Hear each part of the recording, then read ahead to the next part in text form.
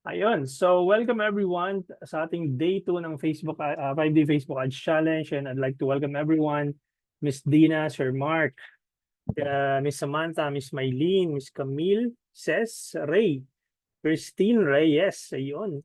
May artista tayong kasama. So, Mr. Marlon, Miss Irish, Miss Marge, Miss Leia. Magandang gabi sa inyo guys lahat. Ayun. Natawa tuloy si Miss Christine. Ayan, mukhang artist tayo naman sa picture eh. Ayan. So, okay. Let me share my screen. Dito, let me just, ayan. So, let me know guys if you can see my screen. All right. Type yes. Okay, nakikita naman ni Miss Irish, ni Miss Christine. All right. So, eto guys, for some of you, dumaan na itong ad nito sa inyo. Now, for some reason, maybe, anong tawag dito? Yes, dumaan daw. So, yan. So, most likely dumaan itong ad sa inyo na to. And this is my best performing ad so far.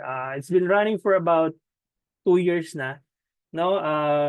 And it's still generating results for me. No? So, ang ginagawa ko dito, pinapatay ko lang siya pagka medyo tumataas na yung cost per result, and then pinapahinga ko lang siya ng mga 2 to 3 weeks or 1 month, tapos bubuhayin ko siya ulit.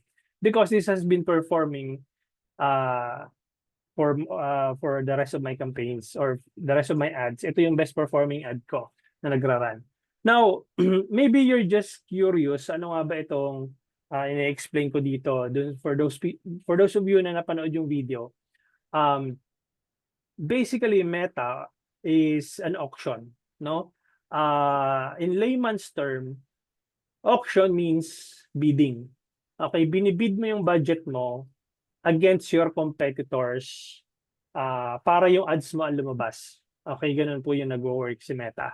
So, I'll break this down to you guys step by step, no, bawat campaign objectives para magkaroon kayo ng konteksto at magkaroon kayo ng idea how are you being charged ni Meta in terms of your budget.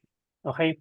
Now, let's assume that you are targeting 10 million people or 10 million yung audience size mo, and you wanted to show your ads to mute ko muna yung karamihan guys. Yeah. So, mute ko muna kayo. So, again, let's assume you have a 10 million na audience size, no? Na tina-target or potential target na tao based doon sa interest or demographics targeting na tina-target po ninyo. Then, out of 10 million na audience size niyan, hindi naman lahat yan bibili sa'yo. Okay? Bawat tao na or bawat user na Meta, Facebook user, when I say Facebook user, gumagamit ng Facebook. So ikaw yung user. Okay, kasi ginagamit mo yung app. Bawat Facebook user, meron siyang kanya-kanyang activities. Yung activities mo, yung activities ng mga nandito sa Zoom, most likely may identical sila. Si Angela, si Miss Camille, si Ces, si Dina, and the rest of the guys here sa Zoom, including me, most likely we have a similar activities or interests, no? And basically, alam ni Meta kung sino-sino tong mga tao na to na potential talaga na mag-take action doon sa binibenta mo o na products or services. Now, yung 10 million na audience size na yon, again, hindi sila bibili lahat sa'yo. That's why it's divided into different categories. When you select campaign objective awareness, itong nasa taas, kapag pumunta ka doon sa Ads Manager, di pa pinakita ko yung Ads Manager kagabi. When you select awareness, you are telling Meta to find people who are likely to resonate with your brand or to remember your brand.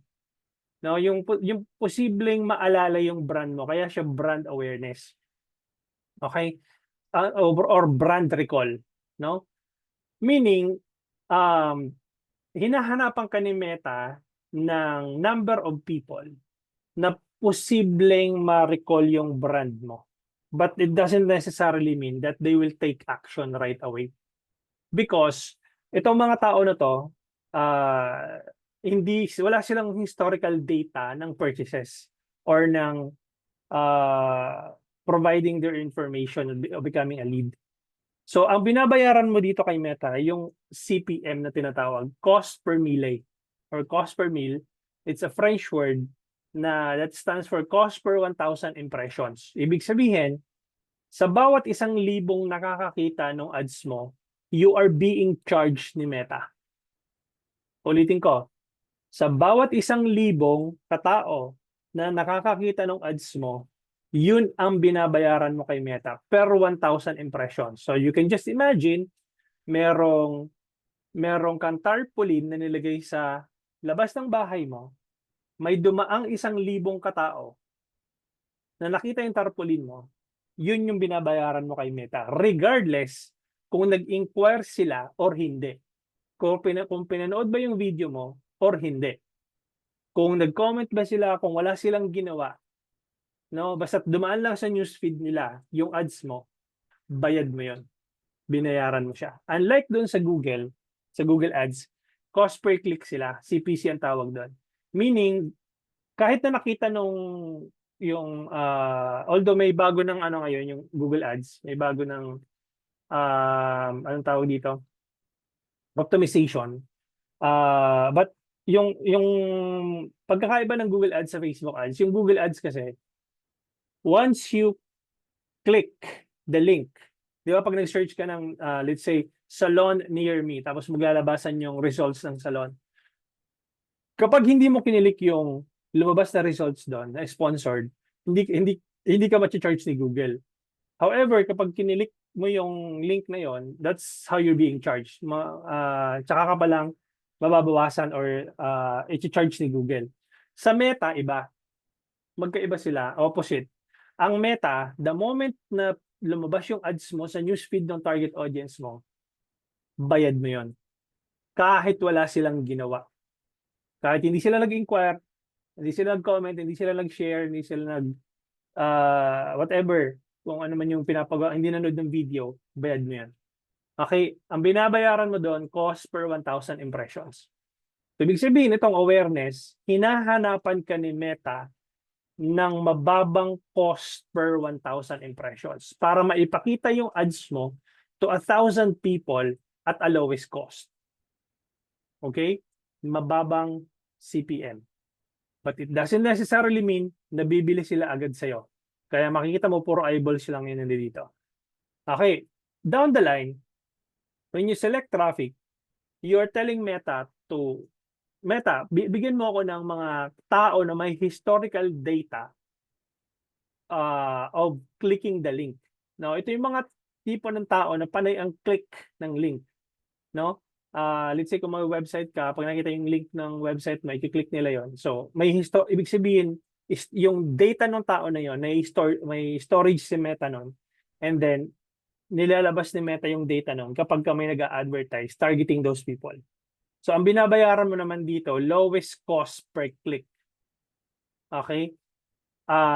Again, lowest cost per click, traffic link clicks or landing page views, yun yung binabayaran mo dito kay Meta. Yun yung inuutos mo kay Meta, basically. Now, for those of you guys na nagbo-boost ng post, di ba? Tinanong ko sa inyo kagabi, sino yung mga nagbo-boost ng post? And may mga dito na sabi nila, ako. Kapag nag-boost ka ng post, ang automatic default nun is engagement. Okay, you are telling Meta to find more people who are likely to engage with your page, like send a message, comment, like, and shares, and watch a video. Yun yung inuutos mo kay Meta. So that's basically engagement. Default ng boost post is engagement. But it doesn't necessarily mean na engagement yun, wala ka makukuhang sales. So may nakita nyo dito, meron na ditong mga mangilan-ngilan na dollar sign or sabihin natin peso sign. So yun yung mga potential na bibili sa'yo talaga. Okay. Tapos down the line, pang-apat, yung tinatawag nating leads. Okay. Meaning, itong leads na to guys, these are the people na may historical data na nag-iiwan sila ng mobile number, ng email address at ng full name. Ibig sabihin nun, itong campaign objective na to, bagay ito doon sa mga high-ticket products. Ano ba yung mga high-ticket products or services? If you're selling condo, real estate, no? If you are selling life insurance, no? Millions of pesos yung ano diyan, yung usapan diyan sa mga ganyan. Nagbebenta ka ng yate, nagbebenta ka ng ano pa ba, yung mga high-ticket products, nagbebenta ka ng cold plunge, nagbebenta ka ng massage chair, no? Nagbebenta ka ng, let's say, basta anything na mataas ang price point. No, you need leads for you to be able to collect them and nurture them so that potentially they will buy from you once you are able to give the value of what you're selling. No? Ganun po siya. So makikita mo dito, paliit siya ng paliit yung funnel, no? And hindi ko na to i-discuss itong app promotion because wala naman tayong app na pinopromote. Wala naman tayong food food panda app, no? Hindi naman tayo Jollibee app, no? Wala naman tayong gano'n. So hindi natin pag-uusapan 'to. But pag-uusapan natin itong sales, no? Pag sinelect mo tong campaign objective na 'to, inuutos mo kay Meta, sinasabi mo kay Meta, "Meta, hanapan mo ako ng mga tao na posibleng bumili na sa akin." Okay, may intention to buy na sila. Okay, ibig sabihin, dun sa 10 million na audience size mo, paliit siya ng paliit, tingnan mo 'to. Kunyari imagine mo 'to, 7 million 'tong nasa taas. And let's say 2 million itong sumunod. Tapos let's say ito naman is 700,000, no? 700,000 'to. Okay, and then itong nasa baba is 300,000. Ibig sabihin, yung total of people who are likely to make a purchase is nasa ganun lang kadami. Okay? Paliit siya ng paliit. Eh ang siste kasi nag-aagawan na yung mga advertiser dito. Lahat ng advertisers, ito yung tina-target. Itong nasa baba, ito yung nasa bottom. So ibig sabihin, the mas maliit yung ano yun supply and demand kasi yan, 'di ba guys? Yung analogy ng supply and demand. Maliit yung supply, madami yung demand. Ibig sabihin, maliit yung pagpapakitaan mo ng ads mo, pero ang daming nag-a-advertise. So ibig sabihin, nag-aagawan kayo dun sa pool of audience na yon na magkaroon ka ng conversion, magkaroon ka ng sales. Okay? So how does it work? So basically, ganito po siya. Let's assume na ikaw si advertiser A and then meron kang competitor, advertiser B. Okay? So what's gonna happen is when you advertise kay Meta, no, and you spend a small budget, Meta will give you the tinatawag na low-hanging fruit. No, ibig sabihin nun, yung low-hanging fruit guys, ito kasi parang ganito siya. So pag ano man ako kayo ng apple tree, 'di ba? So let's say for example, nakatayo kayo dito sa apple tree. Okay, nasa ilalim kayo niyan. Tapos kaya niyong abutin yung mga anong tawag dito, mga bunga ng kamay niyo. Okay, yun yung mga kayang abutin ng bunga. Ibig sabihin, yan yung lowest cost. Okay, ito yung mababang halaga na ibibigay sa iyo ni Meta. The moment na umakyat na yan sa taas, okay, nandoon na sa bandang taas, mahal na yung mga tao na yan. Ibig sabihin, yung cost per acquisition ng mga tao na yan is mas mahal as compared doon sa low-hanging fruit. Okay, so balik ako dito. So you can just imagine guys na yung budget mo is yung kaya lang abutin dun sa dami ng tao. So makikita mo dito sa tier 1 audience, tatatlo lang sila, di ba? Hindi sila ganoon karami. Kasi yun lang naman ang kaya ng budget mo eh. Nasa tier 1 audience yung tinatamaan ng ads mo. The moment na hindi mo galawin yung budget mo for the longest period of time, magkakaroon yung ad set level mo ng tinatawag na learning limited. Okay? Bakit siya magkakaroon ng learning limited? Kasi naubos na ni Meta yung target target audience mo sa tier 1, tier 2 level. Ibig sabihin, wala na siyang mapagpapakitaan ng ads mo sa mas maraming tao kasi nga hanggang doon lang yung kaya niyang ibigay. Okay, kaya makikita mo doon sa ad set level, learning limited. Wala nang kayang ibigay sa'yo. Hanggang doon na lang. Okay, ang sinasabi kasi ni Meta, you need to be able to have at least 50 conversions in 1 week. Okay? Sa loob ng 7-day period, kailangan magkaroon ka ng 7 conversions. 50 conversions. Ulitin ko. Sa loob ng 7 days, kailangan magkaroon ka ng at least 50 conversions. Ba't ang problema, hindi ka magkakaroon ng 50 conversions in 1 week because mababa nga yung budget mo eh. Di ba hanggang doon lang yung kaya ng budget mo, 200 pesos, 300 pesos, hanggang doon lang siya eh. Di ba? Kaya paulit-ulit yung same audience, tinatamaan ng budget mo o ng ads mo. Kasi yun lang naman ang budget. Ngayon, di ba, pag nag-increase ka ng budget, okay? Pag nag-increase ka ng budget, yung competitor mo mag-i-increase din. So, ibig sabihin, kung nag-increase ka ng budget, most likely, dadami din yung tatamaan ng ads mo. Di ba? Ganyan siya. So, yung tier 1, tatatlo lang. Ngayon, medyo marami-rami na. Marami ka ng prospects. Kaya nag-increase yung volume of audiences or yung people seeing your ads. But the problem is, kung dati ang binabayaran mo is 10 pesos per, let's say, cost per message or cost per purchase, aakyat po yan, magiging 30 pesos po siya. Bakit siya umaakyat? Because dumadami din yung competitors mo eh. 'Di ba? Dumadami din yung competitors mo na nag-a-ads. Hindi lang naman ikaw yung nag-a-ads eh. 'Di ba? So basically, kung nag-increase ka ng budget, most likely yung competitors mo mag-i-increase din ng budget. Bakit nga ba ganon sa tier 1 audience, binibigyan ka ni Meta ng results? Ang gusto kasi ni Meta, magkaroon ka ng resulta. Ang gusto ni Meta, magkaroon ka ng benta. Ang gusto ni Meta, magkaroon ka ng leads. Ang gusto ni Meta, magkaroon ka ng inquiries. Bakit? Kasi the moment na magkaroon ka ng benta, anong gagawin mo? Di ba mag-i-increase ka ng budget? Di ba? Common sense yun eh. Pag nagkaroon ka ng benta, mag-i-increase ka ng budget. Gusto ni Meta yon. Bakit gusto ni Meta yon? Kasi yun ang negosyo nila eh. Di ba? Doon sila kumikita, doon kumikita si Mark Zuckerberg, doon sa advertisement, sa ads. Di ba? Sa ad revenue. So the moment na kumita ka, maiinganyo ka na mag-increase ng budget. Tama? So, kaya tinutulungan kanyang magkaroon ng resulta sa mababang halaga.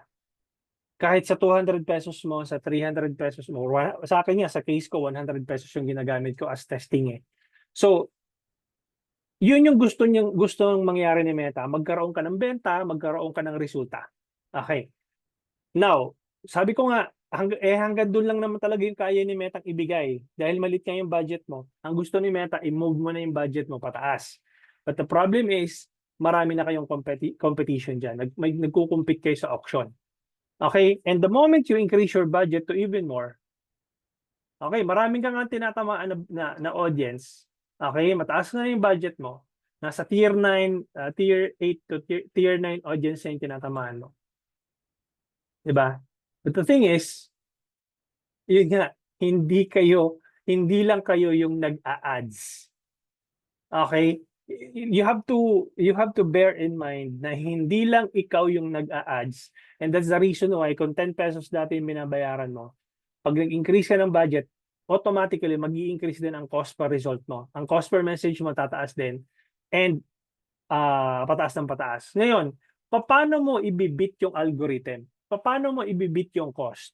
Kasi di ba sabi ko, the more na nag-increase ka ng budget, the more na tumataas yung cost. Paano mo masisigurado na ikaw yung nananalo sa auction? Paano mo nasisigurado na yung ads mo yung ipapakita ni Meta? Okay, I'll answer that later on.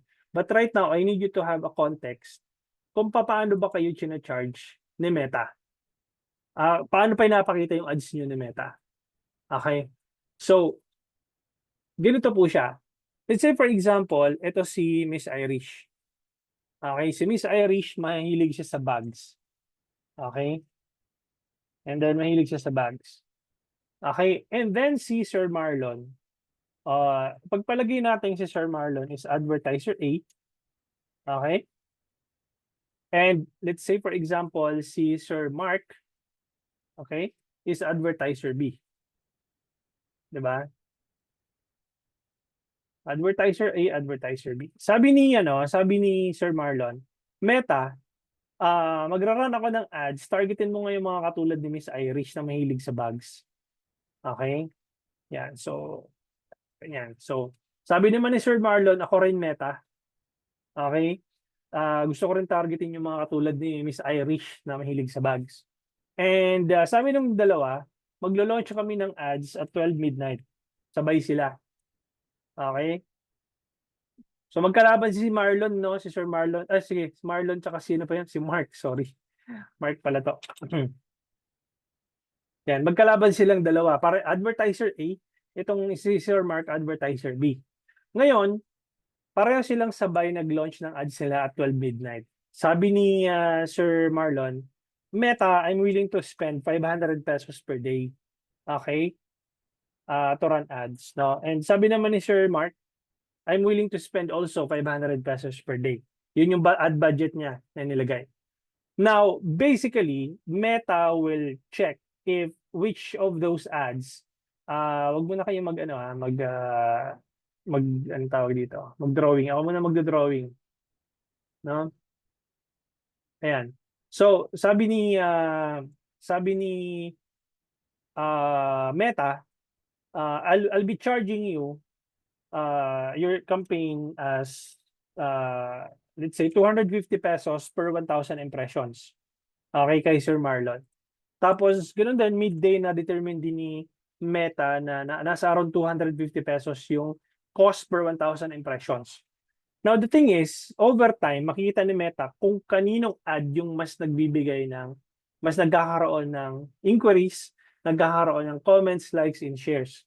No? Miss Joy, wag muna kayo mag-drawing ha. Ako muna mag-drawing. Yan.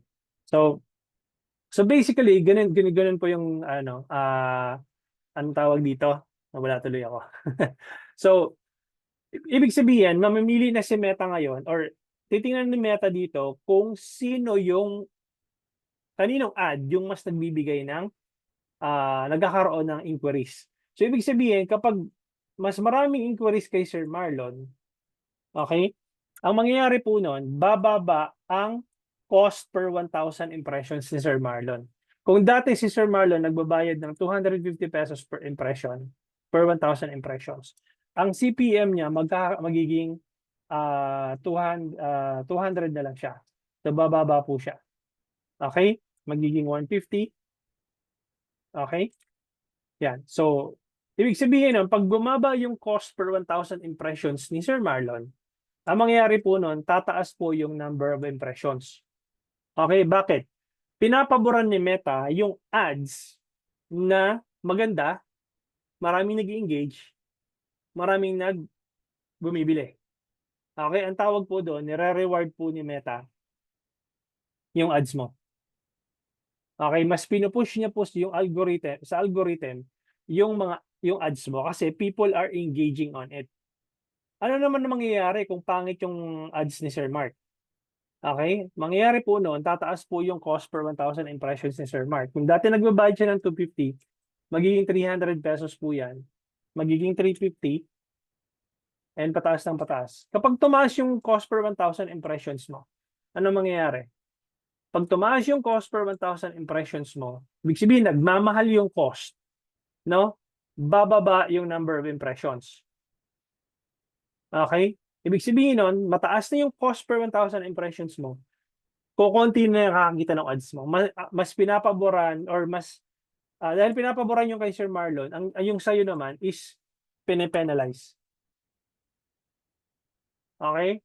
Pinipenalize ka ni Meta and pinupush yung ads mo sa baba. Okay? And yung mga ads ng competitor mo, mas pinupush niya sa taas. Okay, meron po kasing grading system sa Meta. 3 lang 'yon. Below average. Okay? Below average. Yung sunod niyan is average. Okay?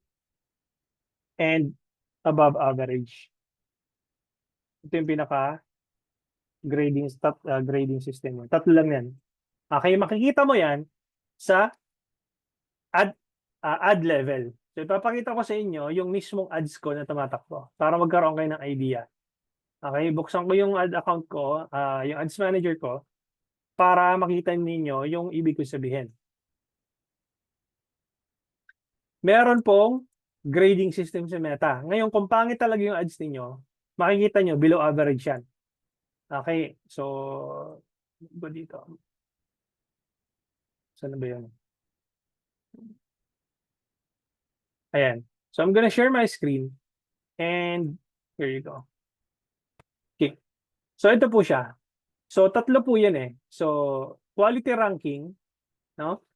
Engagement rate ranking, and conversion rate ranking. Okay, ginigrade po ni Meta yung ads po ninyo if yung quality ba ng video mo or yung quality ng image mo is average. Okay? So makikita mo dito, yung quality ng ad na to, sabi ni Meta, I'm sure siguro nakikita niyo to. Okay, sabi ni Meta, itong quality ng ad na to is average. Okay? Yung engagement rate ranking daw ng ad na yon is average din. Ibig sabihin, may mga nag-i-engage naman doon sa ad. May nanonood ng video, may nagli-leave ng comment, nag-like, and nag-share. And conversion rate ranking is above average. Ibig sabihin, I'm getting a good conversion out of it. Okay, same thing with this ad. Ito yung sinasabi ko sa inyo na best performing ad ko. Okay? So, ayun siya. So, makikita nyo dito, ang cost per purchase ko is 527, 35 purchases. So, average siya, above average and above average. So, it's doing a good job as well. Okay. Now, the next thing would be this ad. So, halos similar yung grading system ng Meta dito. But the thing is, itong ad na to, makikita nyo, siguro dumadaan din sa inyo to. Below average, dalawang below average siya. Okay. Ngayon, papatayin ko na ba siya? The answer is no.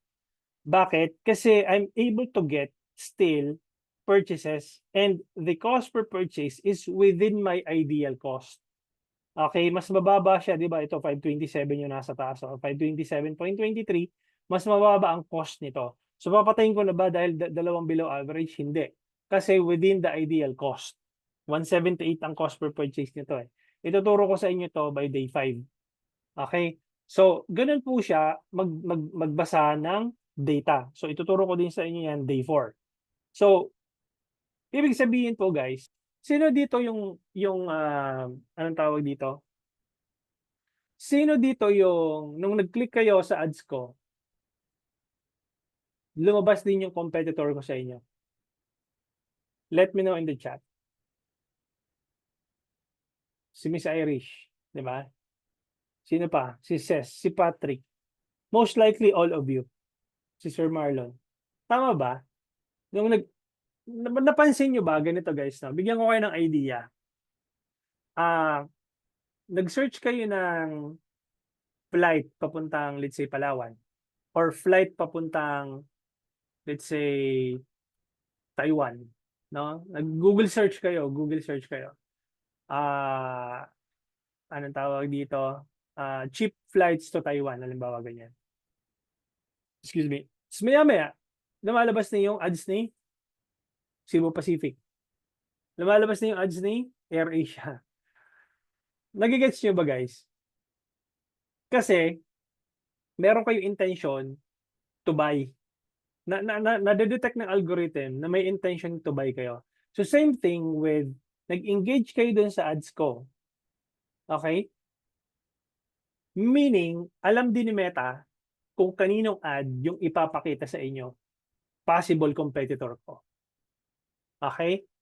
So, ganun po siya nag-work. So, ibig sabihin nito guys, kung ano man yung industry na meron kayo ngayon, nasaan kayong industry ngayon, huwag kayong magpakakampante na yung kayo lang nag-ads. May mga competitors po kayo. Okay? And kapag yung ads ninyo is hindi siya compelling, hindi siya converting, at hindi siya engaging, people will buy sa competitors mo. And most likely, your competitors' ads are being pushed sa algorithm more often than yours. Does that make sense? Nagigets ba yung analogy? Nagigets ba kung bakit yung ads ninyo is hindi nagwo-work? Ganun lang po siya kasimple. Okay? And ito yung lagi kong ito paulit-ulit to, parang parang sirang plaka yung tanong na to. And minsan, um, anong tawag dito? Ah, anong tawag dito? Yung tanong nila na paano ba paano ba yung tamang targeting? And anong tawag dito? I hate to break the bad news for you guys. Walang tamang targeting. Ulitin ko, walang tamang targeting. May tamang setup, oo. When you're starting to run ads, kung bago yung ad account mo, and you want to feed the algorithm with the right people, the right target audience, ituturo ko yun sa inyo bukas. Okay? I'll make I'll make a setup.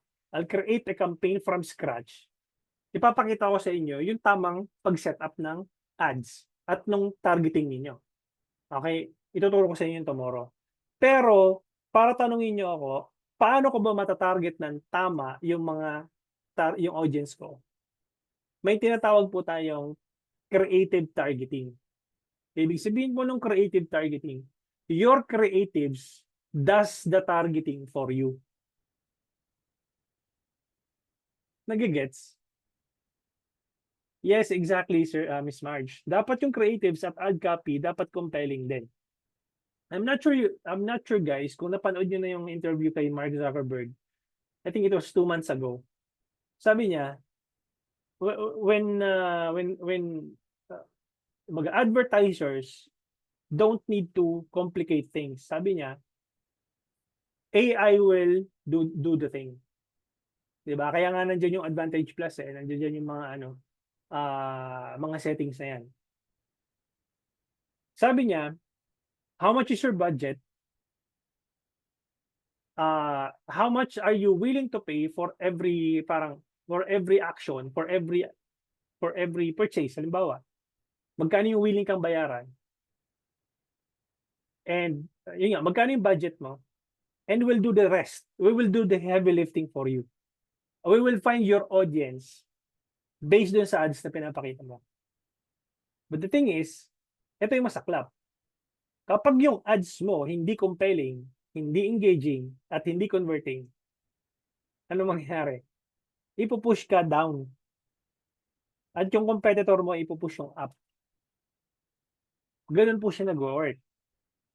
And you need to be able to know how much are you willing to pay for every action. Ibig sabihin, magkano yung kaya mong bayaran or magkano yung willing kang bayaran for every message na pumapasok. Magkano yung willing kang bayaran for every purchase sa website mo. Kapag na-determine mo yon, hindi ka na nanghuhula kay Meta. Kasi, I'm going to give you guys an example. In this scenario, I do have 1, 2, 3, 4, 5. 5 active na ads. Ito, tingnan mo to, learning limited. But that's fine. Hindi ako nag-aano diyan. Hindi ako anong tawag dito? Hindi ako nagpa-panic diyan because why? Because I know my ideal cost. Ito, ang ideal cost ko is below 500 pesos. So this one is 189.14. Pasok sa ideal cost ko? Yes. This one is 527.73. Pasok ba sa ideal cost ko? No. Pero, by the time na nakita ko na tuloy-tuloy na yung pagtaas niya, okay, nagiging parang 600 na siya, 700, papatayin ko na yan. Tingnan natin in the last 7 days. Tingnan natin kung nagbago siya. Ayun o, 533. So, hindi, although mataas na yan para sa akin, Pero titingnan ko yung pinaka sa ad set level kasi nasa ad level ako ngayon eh. So 187.50 pasok pa rin. 103.41, 99.75 pasok pa rin. So that's how I read my data. Even if may below average ako dito, may below average ako dito, at hindi ko tinitingnan masyado yung ad frequency. Ang tinitingnan ko, yung cost. How much are you willing to pay for every purchase na pumapasok? How much are you willing to pay for every message na pumapasok? If you were able to determine the cost, hindi tayo nanghuhula. Okay? Mark, na-experience ko ba yung coach, nag-run ako ng ads, engagement ko, ang campaign ko, puro inquire lang, walang benta. Ano po mali doon? Mali yung ads mo. Mali yung natatarget ng ads mo. Mali yung messaging mo. Kasi meron ako niyan eh, yung isang estudyante. Coach, nagpalit naman ako ng ano, ng ads. Okay naman na yung ads ko. Confident pa siya eh. Confident pa siya na, nagpalit naman ako ng ads ko. Patingin ng ads mo. Ganun pa rin yung itsura. Wala siyang, nagpalit lang siya ng picture, pero walang, ano, walang, walang significant improvement dun sa ginawa niyang ads. Okay? So, need po ba ng when I start running ads awareness muna and purpose? No? You can directly optimize for your engagement or leads. Ano ba yung binibenta mo, Mrs.? Let me know kung ano yung binibenta mo. Services ba yan? Skincare. Optimize for sales.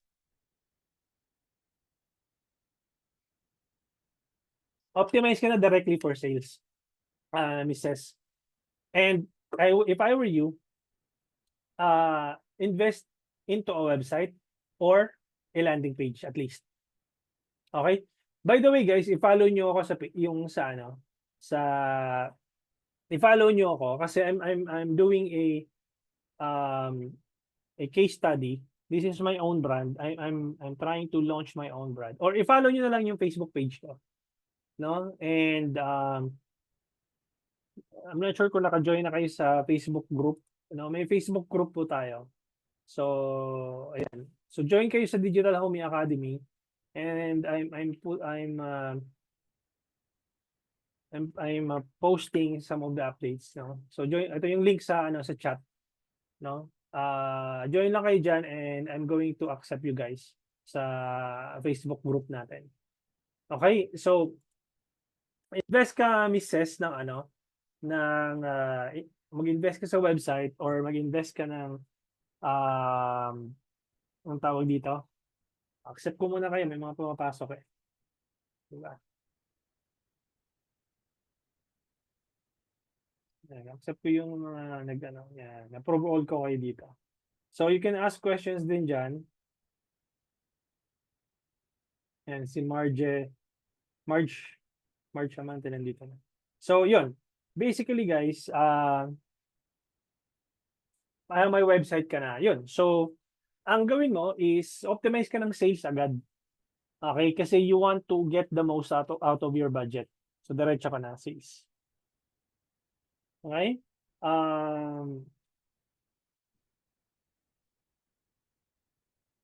Do you recommend ba, coach, to run an awareness campaign along with messaging campaign? Magra-run lang ka lang ng awareness if meron ka ng may gamit ako dyan eh. Magra-run ka ng awareness campaign kapag meron ka ng best performing ad. Okay, kung meron ka ng winning ad, tsaka ka lang mag-run ng awareness campaign. I'm going to show you guys may framework. Yung ginagamit kong framework is yung tinatawag na 100 pesos Facebook ad strategy framework. Ito siya. So, I'm gonna share my screen. Ito yung framework na ginagamit ko. I'm gonna send you guys the link here sa chat. Okay? Or you can visit my website. Diba? So, punta kayo sa website ko, digitalhomey.net. Tapos, punta kayo sa forum. Okay, and then type nyo dito 100. Yan, type nyo yung 100, makikita nyo dito, 100 pesos Facebook Ad Strategy Framework. So, click nyo lang itong download and mapupunta kayo dun sa mismong PDF. Okay, this is how I test my campaigns. No, so may testing, may may validate campaign, and then my scaling. If you want to learn uh, the lesson, the video lesson, you can enroll here sa ano sa online courses, tapos hanapin niyo tong ano 100 pesos Facebook ad strategy. Yun. So, ayun po siya. And yeah, I hope I was able to answer your question. Sino to? Si Patrick. Ginagawa ko yung awareness campaign, Patrick, kapag ano, pag meron na akong winning ad. Pag may winning ka lang, gagamitin mo siya. How about po shoes? Ano much better na gagamitin na ads? Sales po, diretso ka na sales. And I would suggest, Omel, invest ka sa landing page or sa at least a website.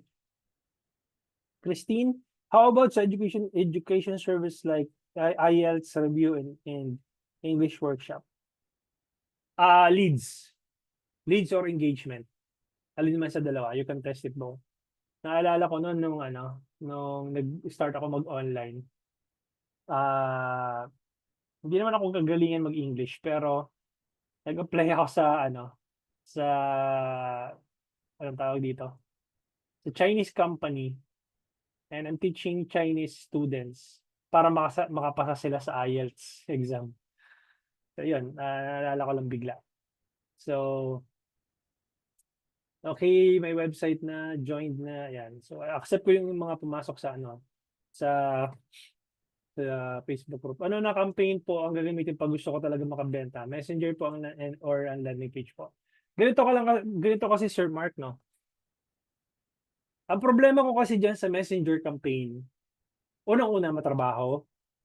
Pangalawa, hindi ganoon ka-quality yung audience na nakukuha mo. And kailangan mo ng automation bot para mag-reply doon sa mga inquiries mo. And the reason why, kung mapapansin nyo, wala akong messenger campaign. Kasi I hate replying to inquiries. I make it to the point na I send them to the website or a landing page. The website does the explaining.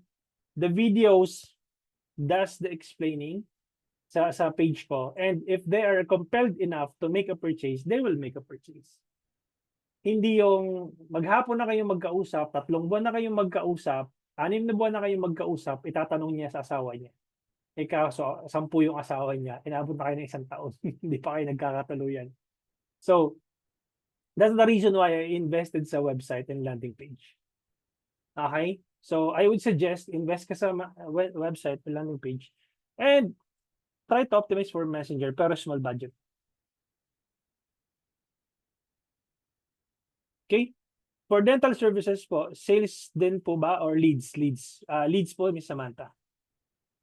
Unless otherwise you are selling some dental accessories, whatever, sa website, diretso ka na sales. Pero most likely mga leads yan kasi magpapa-service yan sa inyo, di ba?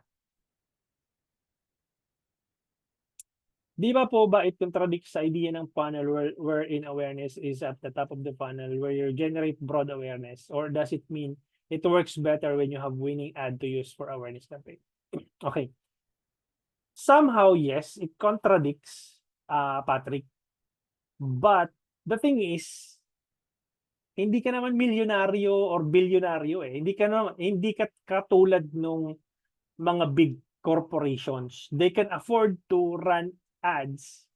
They can afford to run awareness ads. Mang Inasal, Jollibee, Toyota, Procter & Gamble, they can afford to run awareness campaigns. Why? They already have a strong brand eh. Whereas, kung ikaw, wala ka namang ganong kalaking budget to invest sa ads, you want you want the most out of your money na bumalik sa'yo agad. Kasi if you're gonna optimize for awareness campaign, you're just wasting money down the drain. And who knows, kailan ka pa magkakaroon ng conversion. Di ba, Sir Patrick? So, kapag naglabas ka ng 100 piso, kailangan may bumalik sa akin dyan ng 2 or 300 piso. Naglabas ako ng 500, dapat 1.5 yung bumalik sa akin dyan, 3 beses nung nilabas kong budget. Or more than pa. Diba? Hindi yung naglabas ako ng budget, naglabas ako ng 500 pesos,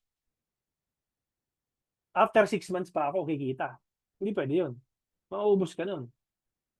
Diba? Omel, another question. How about po sa sell ads? Anong budget ang better na dapat gamitin para magkaroon talaga ng sales start per day? Sell ads o selling? Okay. 100. 100 yung ginagamit ko. 30 days po ba dapat mag-run ng ads? Well, typically, para magkaroon ka ng solid na data, especially kung nag-start ka pa lang.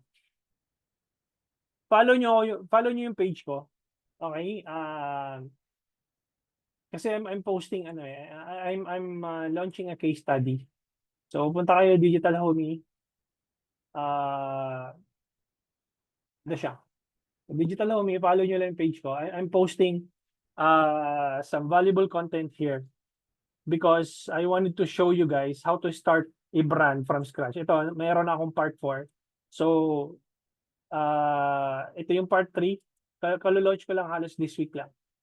So I'm launching my own brand and I'm going to attempt to sell a supplement, a food supplement para magkaroon kayo ng idea how to anong tawag dito? Start your brand from scratch. So may part 2 na ako dito, part 1 nandun sa bandang baba. So yun, so I would suggest i-follow niyo ako para at least magkaroon kayo ng idea how to optimize the campaigns from scratch.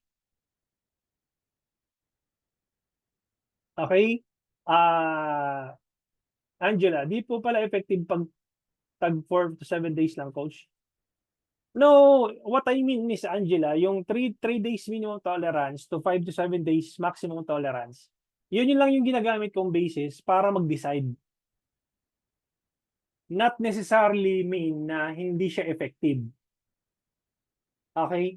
Kapag nag-run ka ng ads using may website ka or may landing page ka, may minimum tolerance ako na 3 days or 5 to 7 days maximum tolerance.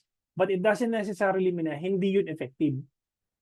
Yun lang yung basis ko to read the data. And typically or ideally, kailangan magkaroon ka ng 30-day time frame para masabi mo na, this creative or this angle works and this creatives don't work. Kasi pag binasa mo yung buong campaign mo from day 1 to day 30, makikita mo dun magkano yung cost nitong isang to. Ito yung nag-work. So, you double down on what works or what's working. Does that make sense, Miss Angela? Okay? Sa real estate po, is it better to run muna engagement than saka mag-run ng sales? I would suggest, Camille, engagement or leads. No? And then you test which one of them works best. And ito meron lang akong honest take sa mga real estate agents. When you create a content, i-personalize nyo naman, guys.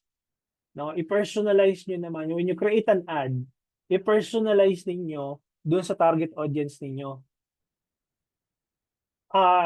Tapusin na po natin yung era ng gagawa tayo ng image. Sa likod po, nandoon yung binibenta nating property na sa image. Tapos ikaw nakatayo ka doon sa harap, nakaganon ka. Nakalagay yung pangalan mo and nakalagay doon yung number mo. Promise guys, pare-pareho na kasi kayo. Yes, maybe some of you nakaka-close ng sale out of it. But sabi ko nga sa inyo kanina, hindi lang kayo yung nag-a-ads. Marami kayong nag-a-ads. And most likely, yung ads ninyo at yung ads ng competitor ninyo, pati yung kasamahan nyo sa yung developer na binebenta nyo, pare-pareho na kayo ng itsura ng ads. Wala na kayong pinagkaiba. So, kung yung mga audience na tina-target niyo pare-pareho na kayo, umay na sila. Kanino sila magta-trust, kanino sila bibili? Doon sa nagbigay ng value, doon sa ad na nagbigay sa kanila ng value. That's the only way you can be able to win inside the auction, Miss Camille. Okay? Welcome, Miss Camille. Leads po ba recommended niyo for car rental? Yes. And try to run ads, run engagement ads, pwede rin yun. Pero better mag-leads kayo. Especially kung meron kayong landing page or meron kayong website, Miss Irish. Patrick, talking about Facebook ad auction, do you recommend putting up budget 500 pesos per day compared to 100 pesos per day for better results? Given with good set of creatives and compelling creative elements and targeting broad and detailed audience. Yes. Ganito kasi yan, Sir Patrick. Di ba sinabi ko kanina, how much are you willing to bid? Or how much are you willing to pay? If you have a 500 peso budget, go on. Go. You can use it. But if you have a minimal budget, no, kasi ako kung i-compare ko yung sarili ko sa investor, no, I am the type of investor na conservative. Okay, hindi ako ano yan yung sige-sige. Kaya nga kami mga media buyers magkakaiba kami ng strategy eh. And it's up to you kung kaninong strategy yung gagamitin ninyo. Okay, kung you are someone na medyo conservative, katulad ko, I make it to the point na hindi ako masyado masusunugan ng budget. Okay?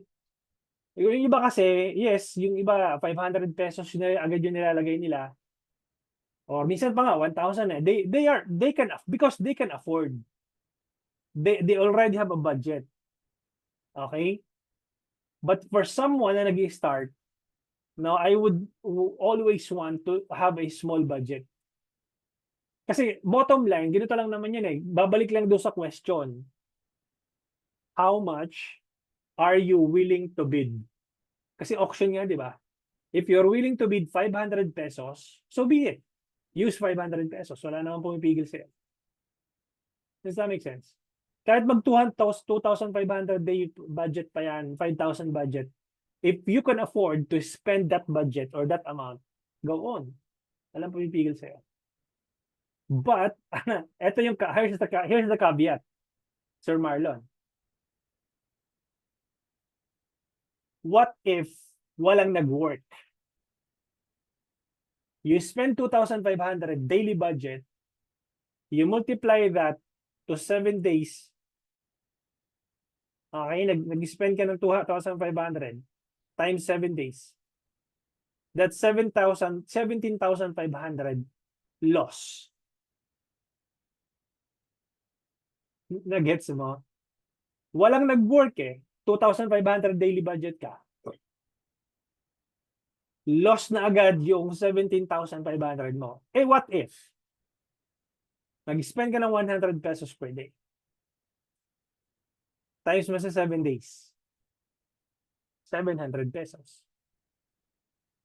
Eh, kaya namang ibigay ng 100 pesos yung conversions na hinahanap mo dun sa 2.5 eh. Dun sa 1.5 or 500 pesos. Kaya namang ibigay yun eh.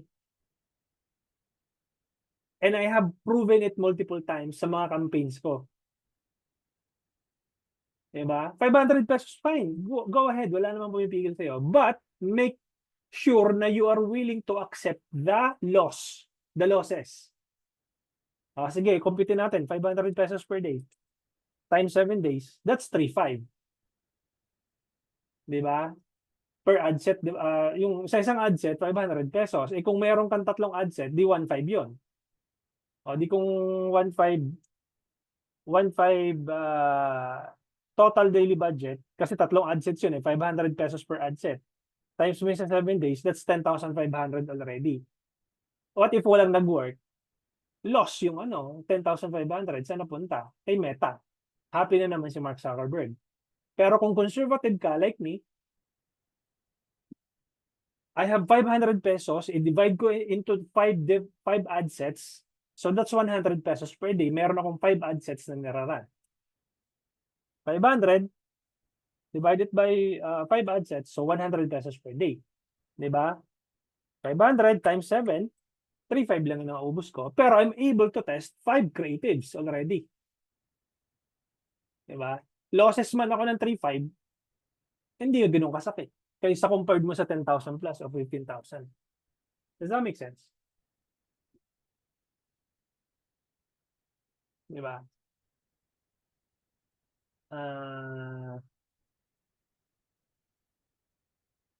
Samantha, looking at my current ads po ngayon nakalagay sa bid strategy, highest volume. Ano po ibig sabihin nito? Okay, good question. Tatlo po kasi yan, Miss Samantha, no? Tatlong auction. Tatlong settings. Pag sinabi mong highest volume, yun yung sinasabi ko sa inyo na lowest cost. Ulitin ko. Yan yung default bid strategy. Tatlo yan eh. Highest volume, bid cap, cost cap. Okay? When you run ads, automatically ang default niyan highest volume. Meaning, Meta will find audiences with the highest volume of conversions na ibibigay sa iyo. Kaya nga sabi ko nga sa inyo, gusto ni Meta na manalo ka sa auction. The algorithm is trying their very best for you to win inside the auction. Why? Pag nanalo ka, technically, you increase the budget. Tama? Kasi nanalo ka sa auction, uy, may bumili. Ang gusto ni Meta, magdagdag ka ng budget mo. Bakit? Revenue nila yun eh. Business ni Meta yun. Business ni Mark Zuckerberg yun eh. Kahit ako man, kung ako may-ari ng Meta, gusto ko manalo ka sa auction. At first. Parang sugal naman talaga yan. Sugal yan. Parang punta kang casino. Diba? Uy, bago yung mukha na to ah. Panalunin ko kaya to. So, ayan. Kung nanalo ka, ang mindset mo is magpataya ka ulit. Ganun din kay Meta. Diba? It's all about psychology. Alam nyo ba guys, na si Mark Zuckerberg, IT siya, di ba? So, programmer siya or developer siya. But, nag-ano siya, inaral niya yung psychology. Okay? And the thing is, itong ads na ginagawa natin pag-advertise, may kinalaman niya sa psychology. Kaya nga ako, bili ako ng mga libro about how to sell online, how to position yourself. Nag-i-enroll ako sa mga courses, nagpapa-coach din naman ako. Kasi I don't just want to spend my time setting up the campaigns. I wanted to understand exactly who my target audience is or are. Kung kailan gusto kong intindihin sino yung mga to. Diba? Ano yung usual or ano yung normal na vocabulary nila na ilalagay ko dun sa ads ko. The reason why yung mga ads ko din is I'm not trying to to put myself may bangko sa ulo ko. But the thing is, alam nyo ba guys, yung mga ads na nilalabas ko, galing din naman sa mga questions ninyo. Kaya nga ako may community eh. Kaya nga, dinadrive ko sa, gumawa ako ng group, Facebook group, because yung mga questions na paulit-ulit sa group ko o sa page ko, yung mga tinatanong ko, yung mga nagsasend ng message sa akin, yun yung ginagawan ko ng creatives. Doon ako pumoposition, ito madalas tong tinatanong, gawan ko ng content. And most of the time naman nag-work. So dapat ganun din kayo. Kung ano man industry nyo, ano yung most common questions na tinatanong ng mga tao na paulit-ulit? O di gawan mo ng content. Di ba, malay mo, mag-work siya. So ganun po yung strategy na gagawin po ninyo. Make sense? Camille, isa pa po coach, may nakakita ko sa ads manager ko na recommendations na lower their cost. Dapat mo ba sundin ko to? Miss Camille, ano yan? Ang tawag ko dyan is apply it at your own risk. Ulitin ko, apply it at your own risk. Bakit? Kasi most of the time, nagiging pangit siya yung resulta. Okay, hindi ko siya masyadong sinusunod, but it's up to you. Apply it at your own risk. So, walang problema doon. Next question. Mas effective po ba yung video and compare sa picture? You test it both and see which one of them works best. Ganun lang yun, Sir Mark. Okay? Kasi sabihin ko man sa iyo na mas okay yung ads, ay mas okay yung videos, pero biglang nag-work yung image mo. Paano yun? So, test them both and see which one of them works best. Patrick, coach, when you say you have 100 pesos a day for a campaign, you are basically given the low-hanging fruit by Meta. Yes, exactly. Ibig sabihin nun, kasi ganito yan Sir Patrick. When I position myself to be spending 100 pesos per day, Meta detects that I'm testing.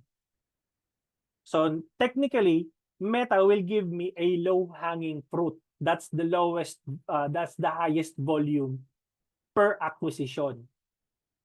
Yun yung tinatanong ni Miss kanina. Sino itong nagtanong kanina ng highest volume? Ito si Samantha. When you spend a small amount, Meta technically perceive you as testing. Kasi sinasabi mo lang, pag binalagyan mo ng 100 pisong budget, sinasabi mo kay Meta, oy Meta, ito lang kaya ko muna. Bigyan mo ko ng low-hanging fruit. But by the moment you spend 1,000 pesos, nag-i-scale na to So I'm giving you, as Meta algorithm, I'm giving you the second, third, or fourth tier of the audience. But the thing is, if hindi pa ready yung ad mo to compete with the third, fourth, fifth, sixth tier audience, you will lose sa auction. Nagigets? Oo nga, low-hanging fruit. Yun lang kayang ibigay ni Meta. But by the time na nakipag-compete ka doon sa higher tier, tapos hindi pa ready yung ad mo, ibig sabihin, matatalo ka sa auction nung mga nag-i-spend na ng 10,000 pesos per day, ibo-bottom ka pa rin ni Meta. Diba? Ganun po siya nag-work. Miss Samantha, there's a recording and you can watch the replay naman. Okay? Or do you have a specific topic about it? A specific lang, pwede kong sagutin. But if you want me to start it from the beginning, yung for consideration dun sa mga kasama natin. So, I think you can watch the recording. Unless otherwise, meron kang specific na itatanong. So, that's fine. Sasagutin ko siya. We have one campaign, 3 ads with quality ranking above average, but engagement rate ranking below average, 2,500 daily budget. Okay. The next question would be, Sir Marlon, how much are you willing to pay for every message? You need to identify that. Yun yung pag-uusapan natin sa day 5. Okay? So, Patrick, follow-up coach. Let's say 100 pesos per day and the audience size is about tens of millions of people. Does the entire size of the audience are targeted? No. Kung meron kang 10 million na audience size, ang kaya lang na targetin ng budget mo na 100 pesos, baka 5,000 lang or wala pa. Or baka less than 10,000 lang. Out of 10 million. Diba? So surface level yung natatarget mo lang. So hindi naman pwedeng 10 million yung audience size mo, tapos 100 pesos yung budget mo, na-cover mo yung 10 million. O di,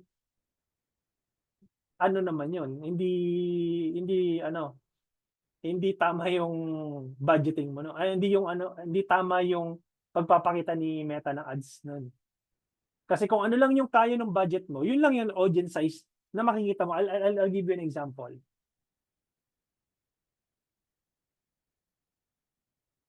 I'll give you an example.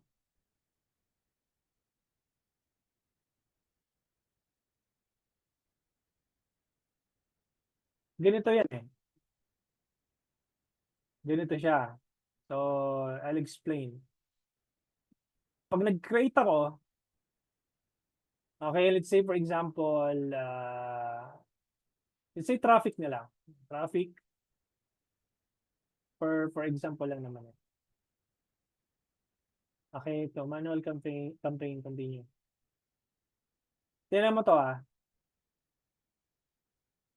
So, if I were to spend, let's say, 1,000 pesos, or let's say 100 pesos, ang kayang i-reach lang niya is 1,800 to 5,000 na katao. Ayan lang is estimated daily results. Pero ang estimated audience size ko is 58 million to 68 million na katao. Pero yung 100 pesos ko, ang kayang abutin lang niyan is about 1,800 to 5,000 people. Nagigets? And yung kayang ibigay lang na results or link clicks is about 42 to 122 link clicks.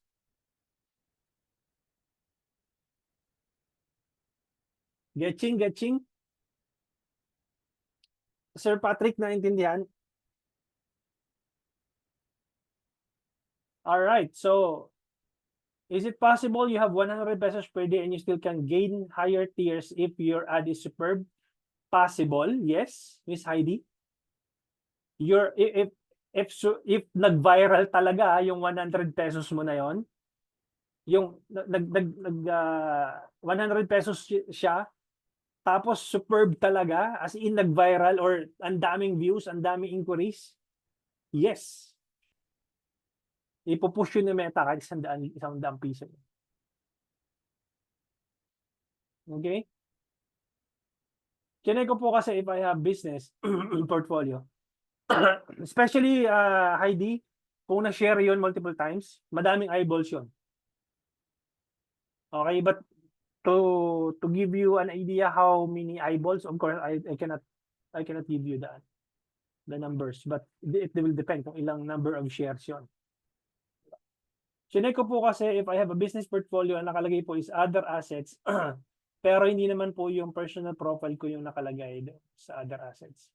Na ad account, nakalagay yung current ads ko po, meaning still need to create new business profile. Yes, you need to create a business profile, Ms. Samantha. Okay? Says, topic from yesterday, if you can answer lang po, is it better to create a new business account and add all pages? Kasi kagaya din ako ni Miss Iris na multiple business account na ang na-create unknowingly.